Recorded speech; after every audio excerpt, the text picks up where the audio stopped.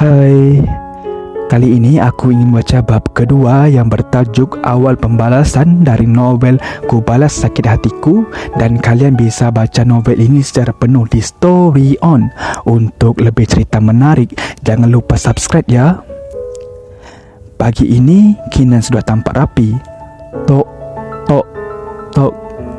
Terdengar suara pintu kamarnya diketuk. Dia segera membukanya. Selamat pagi Nyonya, sarapan sudah siap, ujar Bu Asih, pembantu di rumah Kinan. Terima kasih Big, aku akan segera turun, jawab Kinan. Tak lama kemudian, Kinan sudah duduk di meja makan. Sepertinya Nyonya akan keluar hari ini, tanya Big Asih. Iya Big, aku akan ke kantor, sudah lama aku gak ke sana, jawab Kinan. Tolong sampaikan kepada Pak Anton untuk menyiapkan mobilnya ya, tambahnya. Iya Nyonya, jawab Bu Asih. Dia bergegas ke depan menemui Pak Anton. Setelah selesai bersiap, Kinan segera berangkat ke kantornya. Big, tolong bereskan semua barang-barang pribadi milik Bapak. Masukkan semuanya ke dalam koper. Kalau gak cukup, Bibi masukkan kardus atau apalah, terserah Bibi. Semuanya Nyonya? Tanya Big Asih memastikan. Ya, semuanya tanpa kecuali. Baik Nyonya. Setelah bersiap, Kinan segera berangkat kantor dengan diantar Pak Anton. Lalu lintas pagi ini sedikit macet. Kinan memanfaatkan waktu untuk memejamkan mata sejenak. Semalam, matanya tak dapat terpejam. Bayang-bayang pengkhianatan Akbar masih terpampang nyata di pelupuk mata. Tepat 1 jam perjalanan, mereka telah sampai di kantor. Satpam yang melihatnya tampak terkejut. Selamat pagi Bu Kinan. Siapa satpam tersebut? Selamat pagi Pak. Sepanjang jalan menuju ruangan direktur, para karyawan menunduk hormat menyapanya. Anissa ke ruangan saya sekarang, ucap Kinan kepada sekretaris Akbar. Baik Bu, jawab Anissa gugup. Dia tidak menyangka pagi ini ada kunjungan mendadak dari Big Boss. Tok tok tok. Masuk, teriak Kinan dalam ruangan Akbar. Pak Akbar tidak masuk, tanya Kinan. Tidak Bu, sudah 3 hari beliau tidak ke kantor. Kenapa? Saya gak tahu Bu. Sebenarnya, Anissa tidak meneruskan kalimatnya. Sebenarnya ada apa? Katakan saja. Sebenarnya, beberapa bulan terakhir Pak Akbar jarang masuk ke kantor.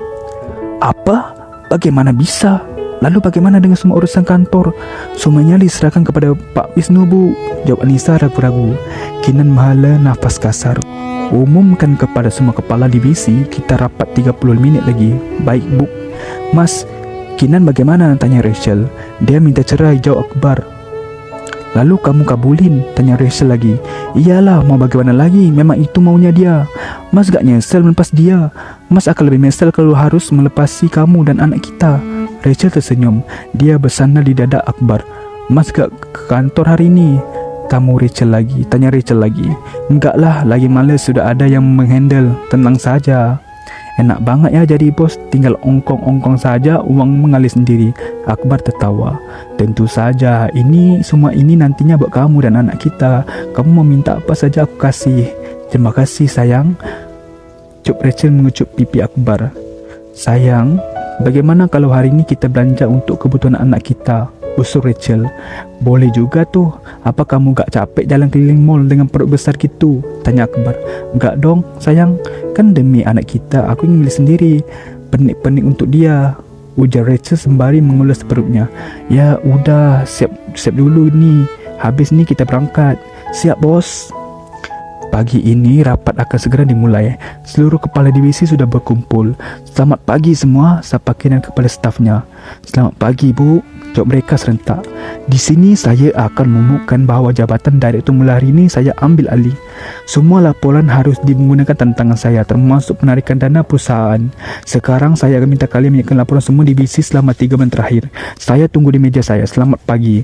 Setelah selesai menyampaikan tujuannya, Kinan bergegas kembali ke ruangannya. Kinan memijit pelipisnya. Dia merasa pusing. Di awal kehamilannya bukannya mendapat perhatian daripada suaminya, malah dia berdepan pada masalah besar. Tok tok tok. Masuk, teriak Kinan. Anissa masuk bersama seorang office boy. Bu, saya bawakan teh hangat sepertinya. Ibu kurang sehat. Terima kasih Nis. Sama-sama Bu. Apa ibu sudah sarapan? Apa mau saya pesankan makanan? Tawar Anissa. Tidak perlu. Duduklah. Ada yang ingin saya tanyakan. Anissa duduk di kursi hadapan Kinan. Ada apa Bu? Saya mau tanya. Tolong jawab. Jujur, Apa benar Bapak sering tidak masuk kantor? Tanya Kinan. Iya Bu, jawab Anissa sambil menunduk. Apa akhir-akhir ini ada perempuan yang saling menemuinya di kantor?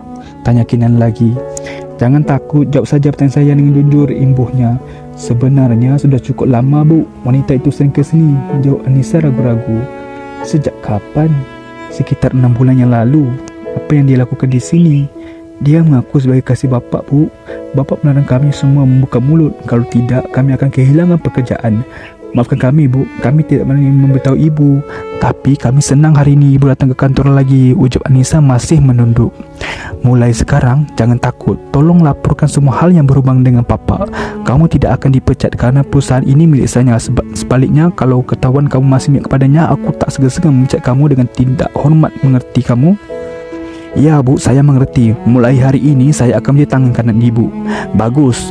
Oh ya, apa Bapak sering menarik uang perusahaan? Tanya Kinan lagi. Kinan merasa pasti Akbar mengambil uang perusahaan untuk membiayai wanita itu. Ya Bu, akhir-akhir ini Bapak lebih sering mengambil uang dari bendahara dalam jumlah yang tidak wajar. Jika tidak diberi, beliau akan marah-marah. Kinan menghela nafas lelah. Tolong panggilkan Pak Firman kemari. Baik Bu. Anissa segera berundur diri dan kembali ke ruangannya. Tak lama kemudian, Pak Firman sudah hadir di ruang Kinan. Pak Firman merupakan pengacara perusahaan. Pak, tolong bantu saya untuk memblokir semua kartu kredit dan debit milik Pak Akbar. Semuanya tanpa kecuali. Baik Bu, ada lagi? Ya, carikan tim audit terbaik. Saya mau keuangan perusahaan diaudit. Kenapa bukan tim kita sendiri Bu? Kita juga punya tim audit. Pak Akbar dan Pak Rahmat teman dekat. Saya curiga mereka terlibat. Baik Bu, akan segera saya laksanakan. Tunggu saja Mas, pembalasan baru saja akan dimulai. Aku tidak akan membiarkan uang perusahaanku kau gunakan untuk menghidup gundikmu itu. Aku pasti aku akan mengambil semua yang sudah kau curi dariku.